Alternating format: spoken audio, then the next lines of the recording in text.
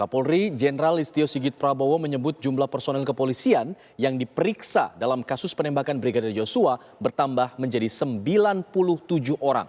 Keterlibatan puluhan personel polisi ini pun menjadi tanda tanya besar sehingga menimbulkan beragam spekulasi di publik.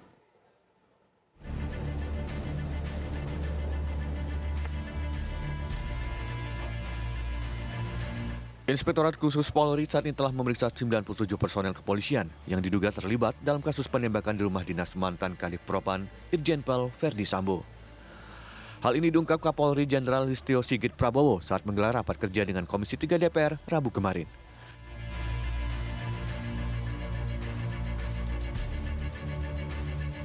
Dari jumlah tersebut, 35 diantaranya diduga melakukan pelanggaran kode etik profesi. Dan 18 personil telah menjalani penempatan khusus di Makobrimob dan Propos Polri.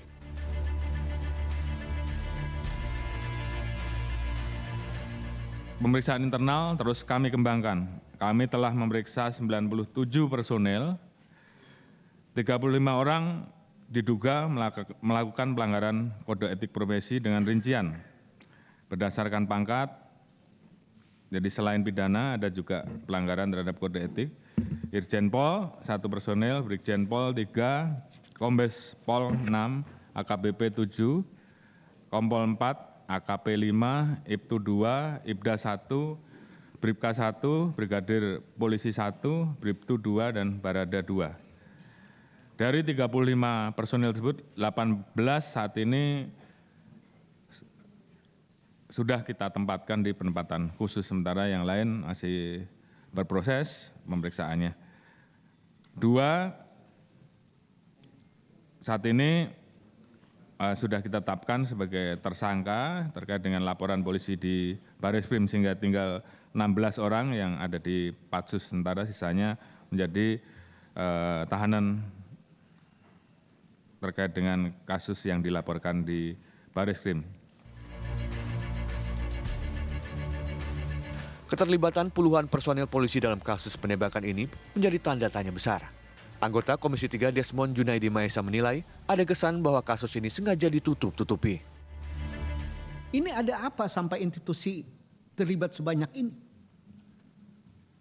Ada kesan bahwa ini ada geng-gengan di tubuh Polri. Ada kesan bahwa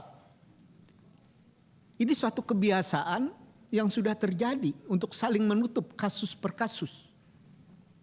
Misalnya saya selalu diingatkan, bagaimana dengan kasus KM50?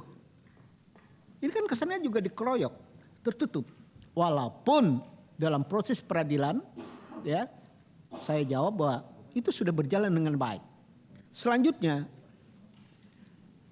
kok Penasihat Kapolri terlibat dalam kasus ini gitu. Ini ada pertanyaan juga.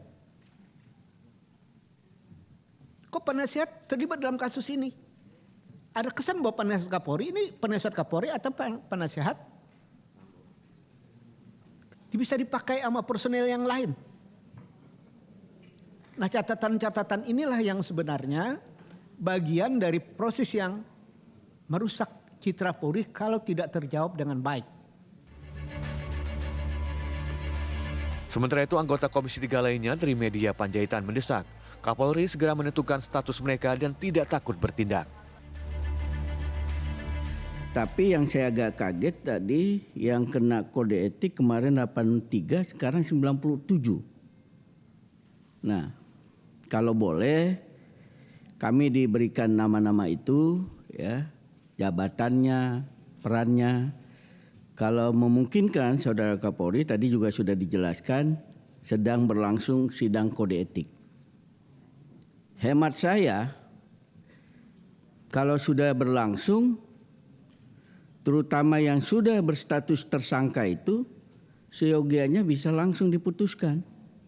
Dan kalau itu terjadi, Saudara Kapolri, ini peristiwa yang langka di tubuh Polri. Biasanya diputus bersalah itu setelah ingkrah kode etiknya. Ya terakhir kan Broto Seno itu yang ramai dibicarakan. Jadi kalau sampai Saudara Kapolri memutuskan sebelum masuk persidangan, ya kita makin yakin apa yang ingin dilakukan oleh Saudara Kapolri, termasuk tambah terus 97, saya nggak tahu nih. Kalau besok tambah lagi, ya. Nah, 97 ini apa perannya? Ya. Karena saya mendengar di situ juga ada Adi Makayasa.